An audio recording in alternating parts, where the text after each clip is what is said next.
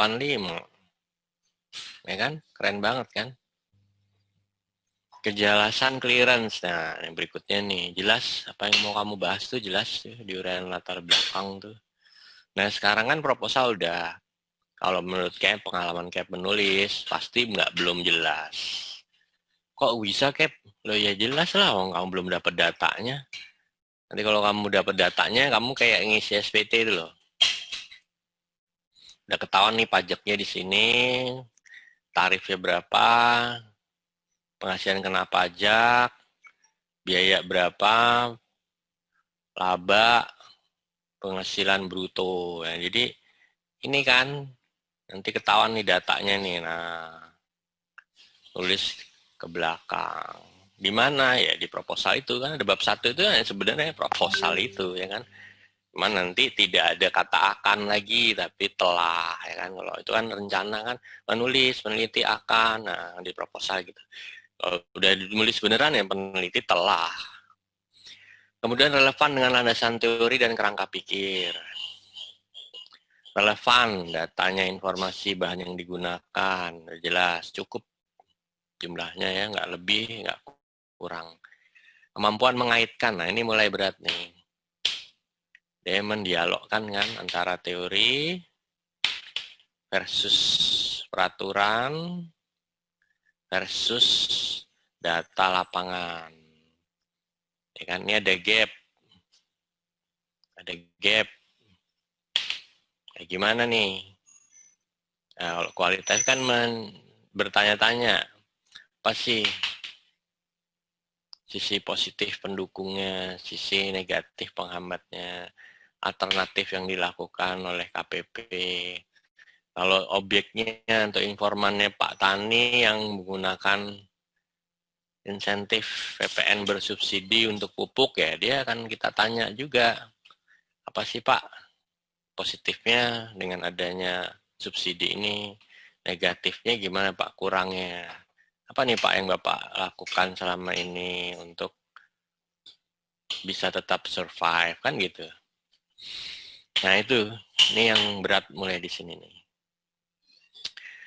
Terus kedalamannya ya, kan nggak mungkin latar belakang misalnya 20 halaman, metode penelitian 15, misalnya gitu ya. Terus teori 30, pembahasannya 5 halaman.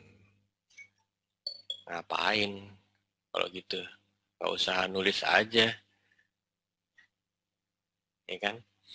Kan biasanya latar belakang 10,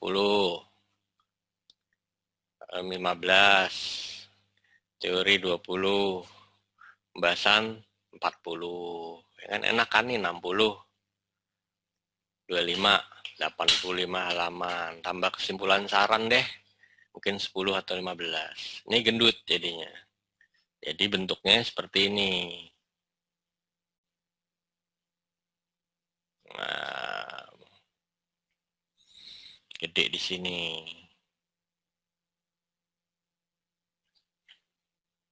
Pembahasan. Oke, nah kemudian simpulan kan pendek aja simpulannya jumlahnya sama dengan rumusan masalah dong. Gimana kamu mau menyimpulkan 5, rumusan masalah cuma 2. Nah, 3 lagi nih apa ngarang. Nah, kemudian tingkat originalitas jelas ya. KPP-mu misalnya KPP apa Temanggung. Ada temanmu juga yang Temanggung. Oh beda, saya nulis PPH, nulis PPN. Temanggung sama-sama PPN. Oh saya PPN PMK 231. Oh saya PPN tembakau hasil petani dari Temanggung. Sama juga, Temanggung PPN tembakau. Oh saya dari sudut petani yang saya wawancarai. Oh, saya dari sudut KPP yang saya wawancarai. Sama juga tembakau KPP. Nah, ini diuji. Saya pakai analisis konten. Saya pakai analisis kuantitatif. Misalnya apa? Kuesioner lah, regresi apa nggak tahu. Sama juga analisis konten. Saya pendekatannya pada analisis kontennya si Spratly, etnografi. Saya pendekatannya kepada analisis kontennya si misalnya Prof. Sugiono atau Craswell. Nah, nih. Nah, gimana untuk mempertahankan ini? Itulah gunanya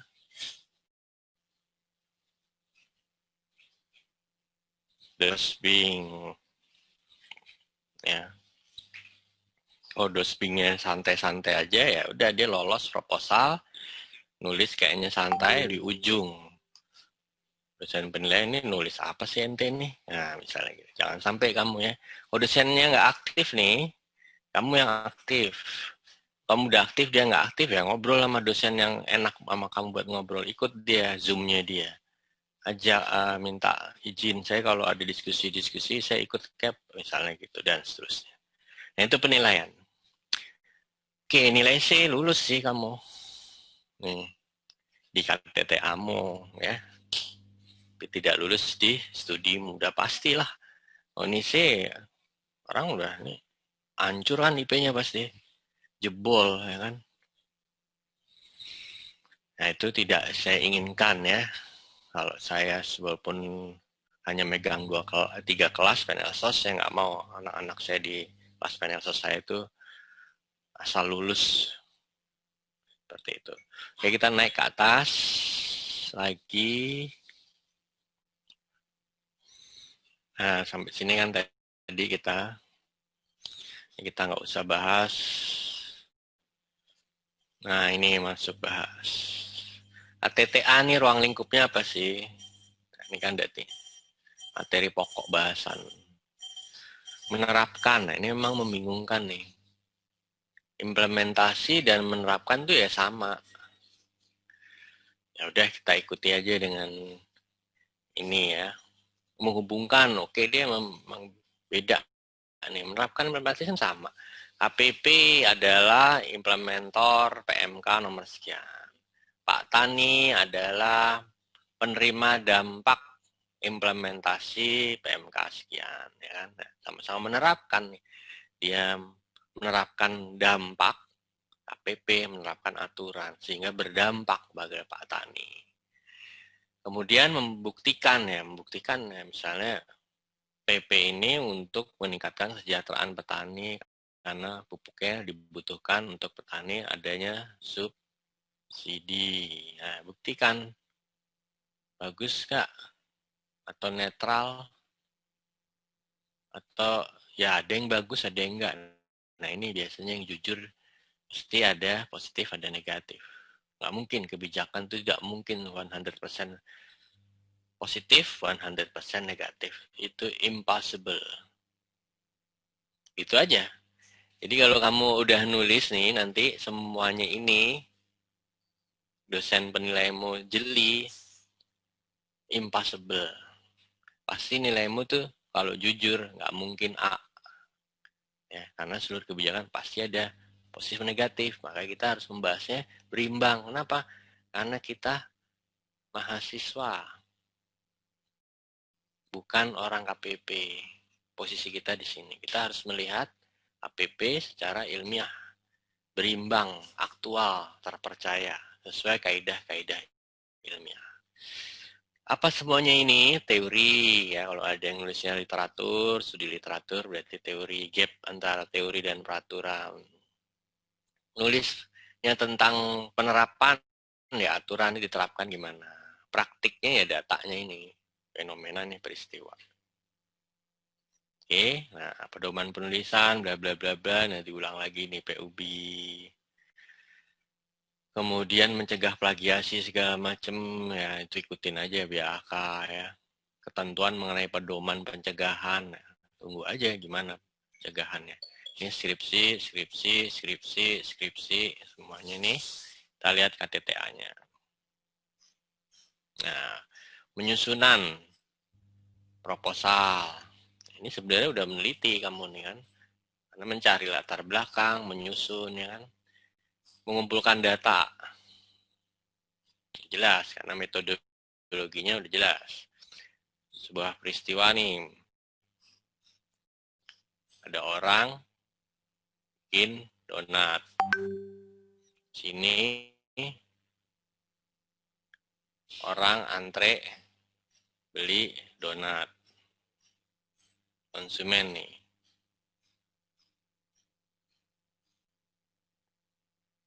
Ini penjual donat atau pedagang donat. Potretnya kan gini fenomena. Nah, pengumpulan data nih. Udah jelas nih potretnya kayak gini. Kalau di judulnya adalah tinjauan, ya, pembuatan donat dalam meningkatkan pilihan masyarakat di bidang kuliner retail atau UMKM atau kaki lima atau jajanan, bidang jajanan kulineri gitu kan. Tinjauan pembuatan donat, judulnya udah pembuatan donat nih. Berarti informannya tukang donat. Nah, kalau tukang donat berarti yang kita observasi adalah peristiwa cara membuat donat. Dari versinya tukang donat. Cara berhitung akuntansinya, rugi labanya atau omsetnya donat. Cara menjual donat, cara display donat, cara melayani pembeli donat, cara lagi mendeliver online donat. Ini kan pertanyaan-pertanyaannya kan seperti ini kan, nggak jauh. Nah, kalau fokusnya adalah jawaban perilaku konsumen dalam memilih donat sebagai alternatif pilihan jajanan kuliner. Fokusnya kan ini. Kalau tadi yang kita observasi adalah perilaku atau kerjaannya si tukang donat, berarti sisanya kalau yang ini observasinya adalah pembeli. Kita observasi pembeli, kita nongkrong di restoran donat, kita tanya satu persatu, kenapa alasan memilih donat sebagai pilihan jajanan pasar. Bagaimana pengalaman memakan donat di sini? Jenis-jenis donat yang pernah dirasakan dan lain sebagainya, sehingga kita mau tahu misalnya rumusan masalahnya kenapa sih memilih donat merek apa, misalnya donat merek Dodi gitu. Nah, kalau yang ini Pak Dodinya yang kita wawancara. Nah, ini harus paham. Kalau kamu mau dua-duanya, judulnya rumit pasti. Tinjauan tinjauan pembuatan donat dalam rangka menarik minat pembeli di wilayah Bintaro sekitarnya. Waduh, sing banget. Ini kita wawancara, sama aja DJP kita tanya, BP kita tanya. Kapan kelarnya? Makanya udah harus hati-hati teman-teman, fokus ya. Dia udah tahu kalau ini DJP nih, berliku-liku, birokrasinya panjang. Lewat e-riset, dari riset, pertanyaannya apa? Ini direktoratnya apa? Balik lagi, bukan itu direktoratnya, harusnya direktoratnya. Waduh, panjang. Kalau kita dekat secara informal dengan Pak Dodi atau si DJP, langsung aja udah. Nanti nyusul Kak, boleh nggak Kak concern form nih, yang penting nih, karena yang ini yang ilmiah. Nah kalau konsumennya ya udah gampang kan sebenarnya. Kita duduk nongkrong di restoran donat itu, kita nongkrong di KPP, dan banyak hal. Nah ini perlu kamu pahami, karena ini nggak ada yang kamu tulis. Kecuali kamu studi literatur, ya lain cerita ya. Itu berarti yang kamu cari buku, dialog lagi dengan dosenmu, dialog terus nyusun penilaian yang tadi. Nah ini dosen membimbing yang mengarahkan, memeriksa, memantau sikap perilaku. Nah, ini kok ada sikap perilaku, Pak? Padahal nggak ada, Pak. Nah, kita balik ke belakang lagi.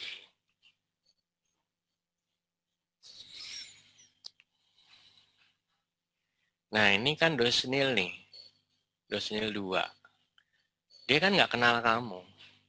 Dia kan cuma dikirimin file, dia baca, lewat layar ya. Tapi ada sebuah percaya diri. Nah, kita latih pas absen itu nongol mukamu. Nah, di sini dosen pembimbingmu akan melihat intensitas komunikasi nih, lihat nih. Aktif nggak dia? Ya, kita tahu lah ya kerja di DJP. Ketika kita cacat sekali, udah gitu resmi cacatnya tercatat, habis deh lo udah. Ngapus ini, wah butuh banyak sistem, butuh orang kuat lah, gampangannya gitu ya. Ya biasanya orang kuat itu juga akan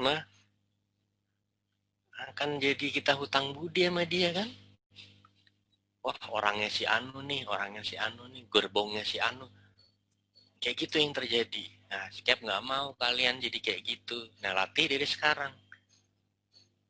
Intens, pagi Pak, selamat sore Pak, selamat ini, izin Pak, sudah menyampaikan di drive Pak, proposalnya, revisinya, apapun lah. Jangan mepet, udah mau deadline. Maaf Pak, udah tinggal sehari lagi waktunya. Loh, ini nodong yang butuh lo apa gua? Anak-anak misalnya udah 3 kali, 5 kali, dia baru sekali pengen langsung tanda tangan. Ajaib nggak? Mannernya di mana tuh? Kamu mau nggak digituin? Sebagai orang DJP, WP datang, nih Pak, saya lengkapin. Besok ya jadi ya. Emang gue tukang sulap? Pasti itu tersinggung ya kan. Nah kita kan nggak mau juga digituin kan sama atasan kita. Tiba-tiba atasan kita naruh kasih pekerjaan yang harusnya dikerjakannya 2 kali 24 jam, dia minta 12 jam selesai. Ya mungkin dia masa lalunya digituin. Nah saya tidak ingin kalian punya masa lalu digituin. Caranya gimana? Jangan begituin. Ritme keajekan. Konsisten. Ya, sama aja kayak orang kerja tim ya. Kalau kamu ingin cepat menuju suatu tempat dan tersesat, larilah sendiri. Kalau kamu ingin mendapatkan tempat yang jauh, berjalanlah bersama, bergandengan tangan. Nyampainya lama sih, tapi tidak tersesat. Ya. Kemudian sikap tata perilaku kedisiplinan sopan santun. Manner, lagi-lagi manner. Apa ini yang mau kita bentuk? Karakter. Karakter itu ada 2. Karakter kinerja, karakter moral. Kinerja tadi yang teknis, moralnya yang ini. Buat apa kita pintar, keren, jago laporan keuangan, tapi tidak jujur dalam melaporkan jenis-jenis pajaknya. WP kaya raya nih, pinter, keren, mentereng, tapi ngelapin pajak. Moralnya bagus, dia orangnya rajin sholat, ke gereja terus menerus, tapi kerja malas, sama juga bohong kan. Dia harus imbang. Nah ini di sini karakter moral kita dibangun. 20 loh, 50, 30. Ini 25, ini 45, ini 15 saja. Udah Jos, Marco Jos ya. Ya kita balik ke depan lagi.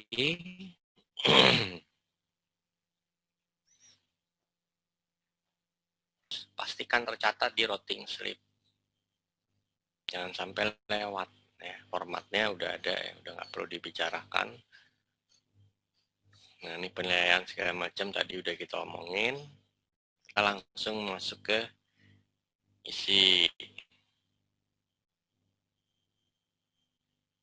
Oh pengumpulan nih, ada juga nih pengumpulan. Jangan sampai terlambat ya. Pengiriman KTTA tuh jangan sampai terlambat. Karena kalau terlambat panjang lebar urusannya. Nih, terlambatan pengumpulan. Panjang lebar, pakai surat permohonan. Jadi ketahuan kan yang males ada mahasiswanya udah pasti lah. Ketahuan udah pasti. Jarang, ya mungkin dosen luar kali yang nggak pernah komunikasi sama mas. Tapi kalau dosen dalam udah pasti. Ketahuan nih mahasiswanya yang males. Yang nggak paham. Karena kenapa? Teman-temannya kok bisa dia nggak? Nah, udah gitu. Kemudian akan bisa dikeluarkan dari program studi. Jadi hati-hati. Masuk ngumpulin KTTA yang terlambat tadi.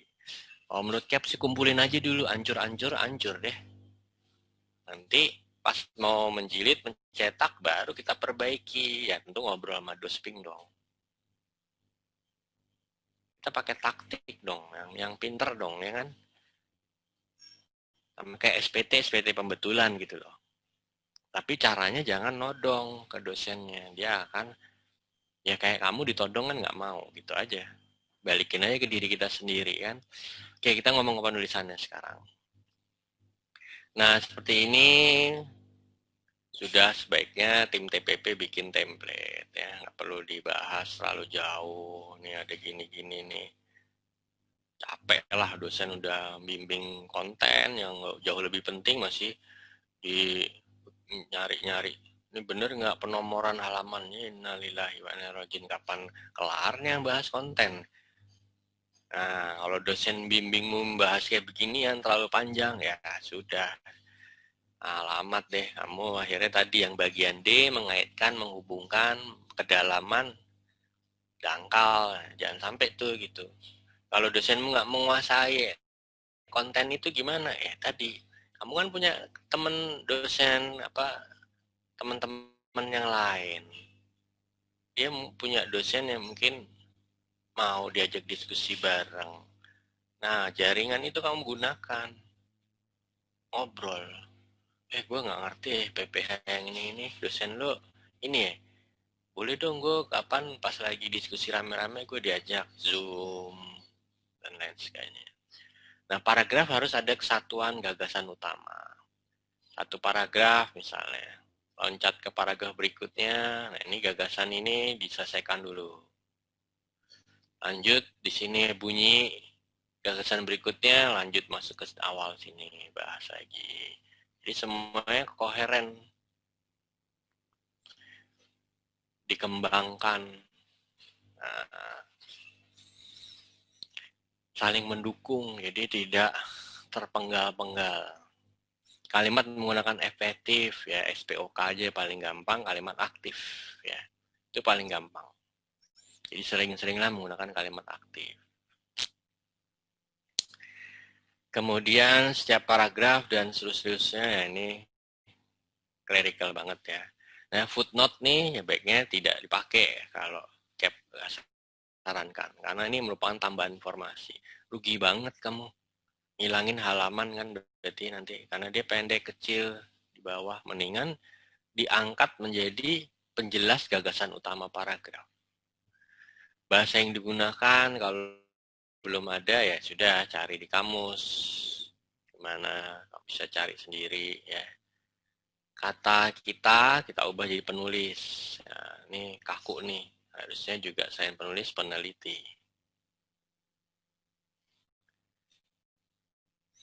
Istilah cari di KKBI, Niksan umum ada kata sehingga dan atau sedangkan, tidak boleh digunakan di kalimat awal. Ini udah umum banget ya. Dimana sering, antara lain, diantaranya, kayaknya ini dangkal banget deh kalau masih digunakan oleh anak-anak. Kemudian pertimbangan untuk mengutip, nah jangan sampai lebih dari 50%. Nah, kalau nggak penuh, cara mengutip kan kayak udah ajarin, parafrase ya. Nah, ini misalnya kalau kamu nulisnya ini di depan, kamu menjunjung nama penulisnya. Tapi kalau kamu naruh ini di belakang, kamu lebih menjunjung isi penelitian si penulis. Nah, kalau dikutip langsung kan seperti ini. Satu halaman jangan sampai 50%, dan jangan sampai kayak gini banyak kan. pemikiran kita mana gitu loh. Bagi kita dikit aja nulis. Misalnya Adam Smith mengatakan bahasa Inggris boleh, bahasa Indonesianya boleh. Kalau misalnya dia tidak kutip langsung berarti nggak ada halamannya kan. Mengatakan bahwa pemungutan pajak harus mendapatkan meraih biaya yang lebih rendah dari yang dihasilkan. Hal ini menurut penulis adalah bla bla bla bla ditunjukkan dalam PMK ini.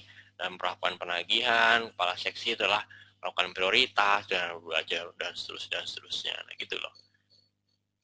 Kalau kayak gini-gini semua ya namanya ngarang. Ngarang dengan cara copas. Ngapain ya? Jadi penterjemah aja lama-lama. Nggak perlu bikin karet tulis. Nah, ini depan belakang. Tanda elips dihilangkan dan lain sebagainya. Nah, ini kalau misalnya nggak semuanya, karena panjang lebar. Nah, ini menurut Cap hati-hati ngutip-ngutip kayak beginian nih. Ya, kenapa? Apa penting sih gitu loh? Mendingan kita bikin parafrase, gagasan utamanya apa, kita ambil, bunyikan nama dia. Ya kan? Membingungkan nih, menu-menuin halaman aja nih. Kemudian ini sama aja bolak-balik gitu. Nah, caranya padahal udah jelas pakai APA. Nah, citasi, daftar pustaka, ya pakai IPA itu bisa digunakan. Nah, kamu bisa milih di Word kan, ada pilihannya. Nah, silahkan yang paling penting adalah memasukkan apa-apa yang mau kamu baca itu dalam daftar pustaka yang sudah ada kamu siapkan dari sekarang. Jadi ketika nanti bikin daftar pustaka tinggal dipanggil lagi dari aplikasi Word kamu. Kemudian apabila terdapat lebih dari 2 karang, pakai add all. Tidak diketahui judul buku, bla bla bla bla, cantumkan menggantikan posisi penulis. Ya, kalau ada jelas nih, tapi ya sebaiknya janganlah. Ini banyak ketika tanpa penulis. Penerbitannya ini semuanya di APA udah ada pilihannya. Ini diulang lagi, padahal udah jelas daftar pustaka. Pakai APA udah ngebangun sendiri dia. Kemudian apalagi, nah langsung aja kita masuk ke sini. Ada kata penerjemah, kocak juga nih ya. Udah tulis aja. Kalau emang kamu baca buku penerjemah.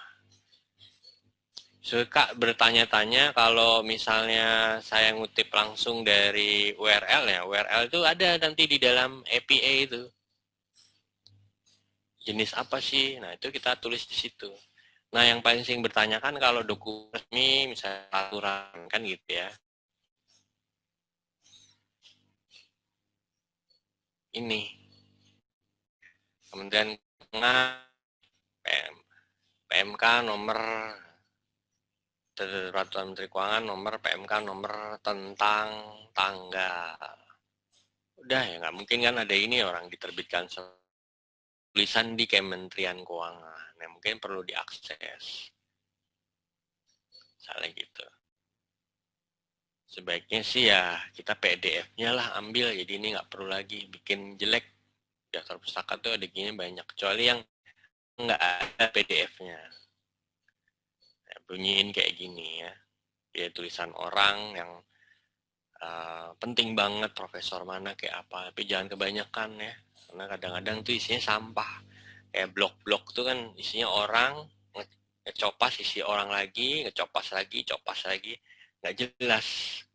Hati-hati. Jadi kalau mau ya harus ambil ke situs-situs yang resmi, yang tertingginya dari mana sih nih orang nih? Oh, dari universitas, dari Cornell University, dari apa namanya Harvard. Nah, itu yang kita ambil. Oke, hati. Karena kadang-kadang yang di blog itu sesat. Dia kan mengarahkan public opinion. Kemudian tabel jangan sampai 75%. Jadi diusahakan tabel itu merupakan ringkasan. Nanti narasinya kamu tulis di bawahnya untuk menerangkan. Nah, ini nama, judul, segala macam tabel. Ya, nggak penting banget lah kalau dosen bimbing sampai, oh ini harusnya ke sini nih titik. Harusnya kamu udah sendiri sendiri lah.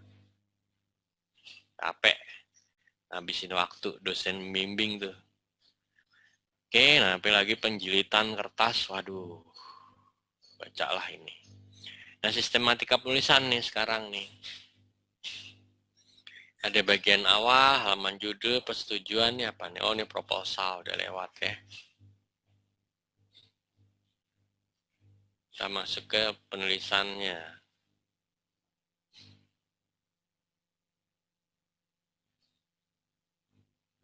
KTTA, nah ini kan. Bagian awal, utama, bagian akhir. Apa saja sih bagian awal nih? Nah, ini udah nggak perlu dibahas ya, itu clerical banget. Nah ini yang penting nih, pendahuluan itu kan kamu udah nulis proposal latar belakang. Nah ini kan diperbaiki terus sampai jadi tulisan yang benar ya kan. Ada rumusan masalah, ruang lingkup seperti yang sudah dibahas tadi. Diperdalam, diperbarui. Ternyata nggak ada temuan jawabannya, Prof. Cap, ya jangan dibuat rumusan masalah. Rumusan masalah itu dibuat yang ada jawabannya. Berarti saya nggak jadi. Itu keliru, pemikiran yang sangat keliru. Kalau dosbing tuh nggak akan begitu. Oh berarti kecuali kamu gini, wah nggak ada yang dijawab Prof sama Cap sama sekali. Waduh berarti kamu nggak neliti tuh. Masa dari sekian rumusan masalah nggak ada yang terjawab? Atau sebaliknya, kamu nggak nemukan rumusan masalah baru dari data yang ada. Kita balik ke SPT tadi loh. Nah itu nggak ada. Itu kamu anak reguler banget namanya. Kan kamu anak AP. Ya, udah pasti kamu tuh banyak masalah kan di KPP, maksudnya nemu banyak masalah. Di DJP itu pasti selalu ada masalah. Every day. Setiap hari selalu ada masalah. Kalau nggak ngapain KPP buka? Ada masalah COVID tutup, itu kan masalah. Ada masalah SPT nggak diterima, berarti kan ditolak. Kenapa kok masih banyak yang ditolak? Ya selalu ada. Kalau anak reguler, dia blind kan, buta. Apa sih KPP itu kayak apa sih hari-harinya? Kan nggak tahu. Dia lihatnya cuma di Instagram. Kakak-kakaknya TikTok, goda-godain temennya, satu lagi makan siang, lagi diet. Kayak gitu kan yang dia tahu kan. Nah, kamu nggak bisa anak AP begitu. Wah nggak ada sama sekali masalah di KPP. Ajaib banget, ngapain ada kantor kalau gitu? Untuk membantu masyarakat kok. Untuk bisa naikin teks rasio kok. Untuk memastikan fasilitas jatuh ke tangan yang tepat kok. Itu kan sebuah masalah. Oke, nah landasan teori. Sudah jelas. Teorinya tadi misalnya contohnya tinjauan pembuatan donat untuk meningkatkan variasi jajanan kuliner di Bintaro. Teorinya apa sih jenis-jenis donat? Teori perilaku konsumen kalau informannya konsumen. Jenis-jenis resto, toko, kantin, warung. Sejarah donat mungkin kalau perlu. Oke, nah itu silahkan nanti di sama dosen bimbing. Metode pembahasan. Masuk ke sini. Kemudian metode pengumpulan data udah dibahas. Nah ini yang perlu kita, ini udah ya, udah jelas ya. Tadi observasi, wawancara, dokumentasi. Kemudian gambar umum. Nah, kita suka bingung nih gambar umum kayak gimana. Nah, kayak pakai ini ya, note aja ya, gambarinnya.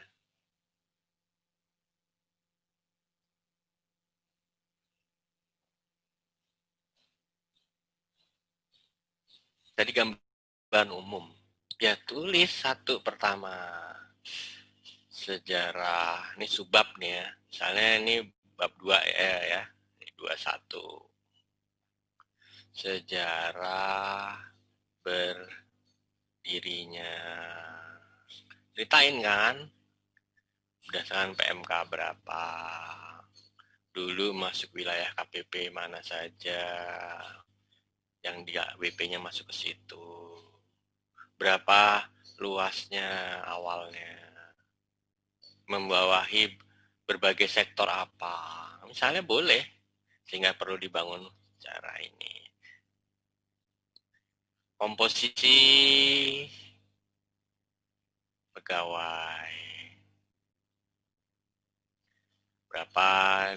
1, E3, D4, S1, S2, S3 misalnya. Jenis kelamin, ya. Terus per seksi, berapa komposisi ini. Kemudian usia. Oh, udah panjang nih, ya. Terus 3, wilayah kerja. Karena nggak ada wilayah kerja, berarti segmentasi, KLU, atau sektor. Ini kan. Kemudian 4, bagi capaian dari mulai berdiri, misalnya nih target pencapaian ini, target pencapaian ini, dan seterusnya ini tahun. Terus per jenis pajak,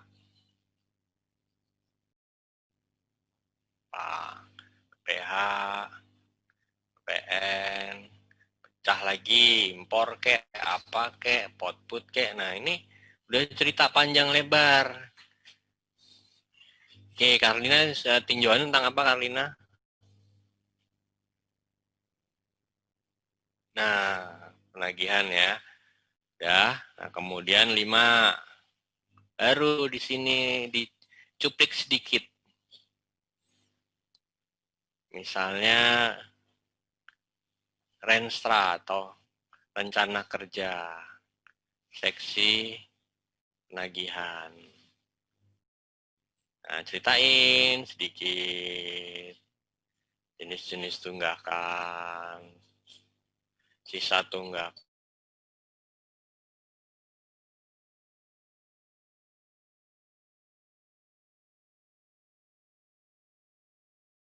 Jadi kalau kita ngobrol kayak gini. Nah, ini studinya si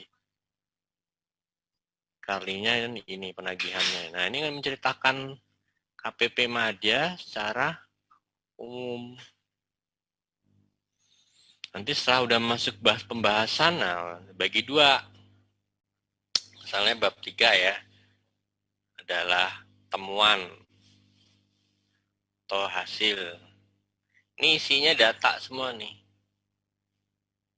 Nanti 31 ya, yang 32, bab 3 ya.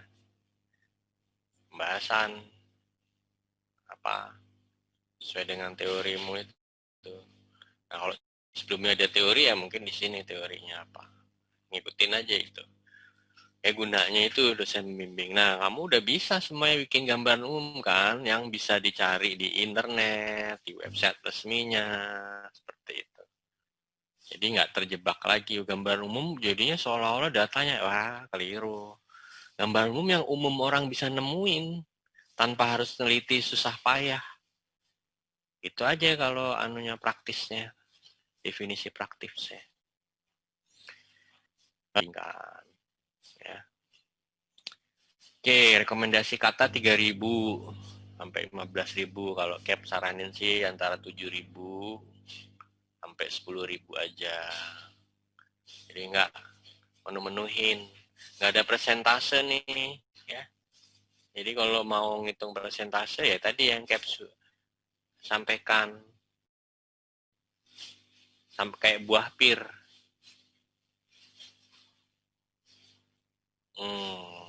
Ini gendutnya di tengah. Mungkin sampai 45% tuh di sini. Nah, ini bab yang lain. Simpulan dan lain sebagainya. Ini konten yang penting banget. Urgent. Yang novelnya itu di sini. Novelty-nya kalau kamu nemukan suatu. Udah, temuannya udah jelas ya datamu itu kan. Nah, total udah. Jadi misalnya 10.000. Nah, ini bayangin aja ini 4.500 kata di sini. Misalnya kamu bagi-bagi. Jangan sampai kan latar belakang 20. Kemudian metode penelitiannya 25. Teori 30. Pembahasan 5. Jagelan banget. Ya, ambruk dong. Jadi gini nih bentuknya.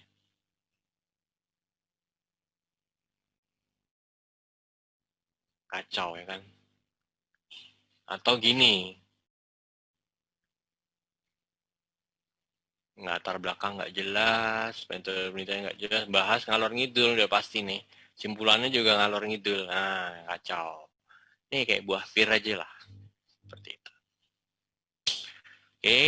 Nah, contoh daftar isi kan kamu bisa link, bikin sendiri, nge-link, masuk judul-judulnya, diatur sendiri. Template itulah kuncinya. Nah, sekarang sudah langsung saja masukin sedikit demi sedikit daftar pustaka ke bakal tempat kamu menulis nanti. Oke, kalau ada yang mau bertanya silahkan. Kita lebih baik banyak ngobrol-ngobrol di sini. Masalah pertanyaan 1, 2, 3. Ada batasan itu nanti. Maksimal setengah jam kalau nggak salah. Nanti Karlina harus bisa membuktikan di video itu dan dikirimkan dalam jangka waktu tertentu. Dan merubah menjadi transkrip.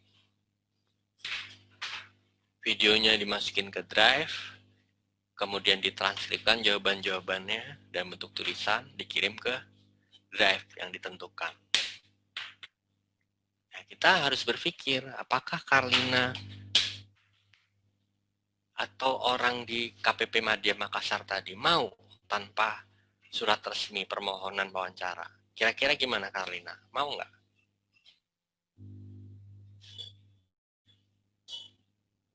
Nah, syukur kalau gitu. Berarti udah inline. Nah, kalau yang enggak, yang masih membutuhkan surat resmi, habis waktu kamu, WAS kamu, bayar PPh 4E2, kepalanya pusing kali malah ya kan. Dia juga nggak kos sekarang. Gimana ya, dia nggak kos. Jangan-jangan dia banyak penyintas ya. Tapi jangan bayi ya, nauzubillah min zalik ya, penyintas COVID. Ya kamu harus tanya yang penyintas dong. Bener kan? Diceritakan oleh Noviko hari ini tanggal sekian, peneliti bertemu dengan Tuan A atau Bapak A atau Saudara A dengan nama yang disamarkan usia sekian selaku penyintas yang terpapar pada minggu kesekian bulan sekian. Mulai wawancara. Bagaimana ceritanya bisa sampai terpapar? Yo, cukup konyol. Sampai sini ini apa sih yang mau disimpulkan Novik? Kau ingin menyimpulkan bahwa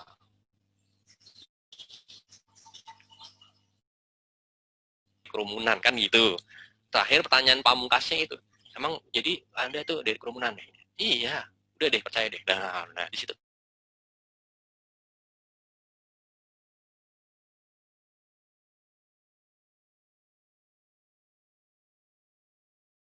di lokasi masing-masing. Gimana kamu mau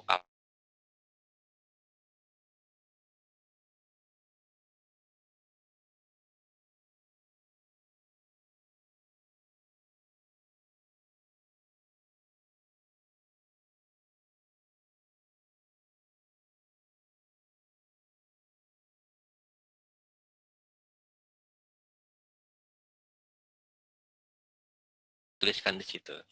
Tapi kalau dari diskusi dengan dosen Penelsos, simpulan sederhananya yang paling penting saja yang akan dimunculkan di jawaban UAS kamu, di kertas kerja kamu. Maka kertas kerja itu juga tidak berisi tentang perpajakan semata, jadi bebas. Karena yang mau dinilai Penelsos.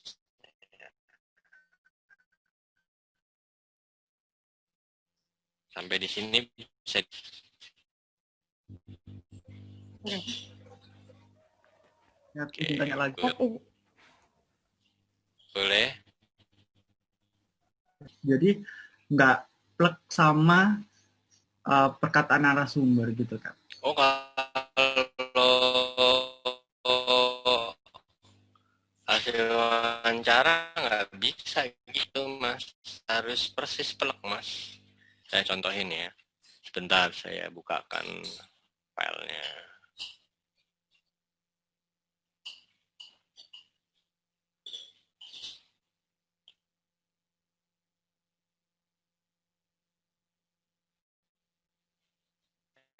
Teman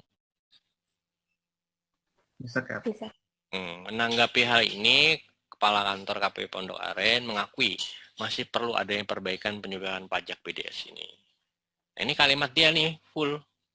Kesadaran mereka UMKM untuk menjadi ideal seperti undang-undang atau kita bandingkan dengan wajib pajak lain sepertinya seperti badan hukum atau profesional masih jauh. Unsur pemasaran tetap ada. Ya, di mana-mana pajak kan begitu.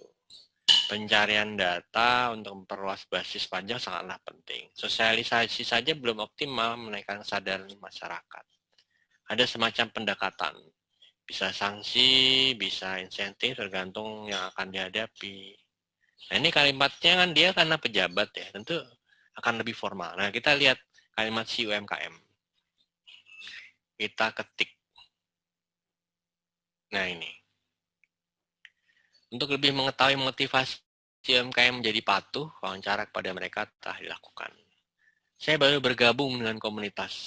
Ya, dengar dari teman-teman diadakan pelatihan di pajak. Saya hadir di sini ingin menambah wawasan. Saya diingatkan untuk segera ber-NPWP dan seterusnya. Nah, ini semuanya kan udah di laporan nih bentuknya. Kalau verbatimnya, nah, Cap coba tunjukin lagi. Bentar.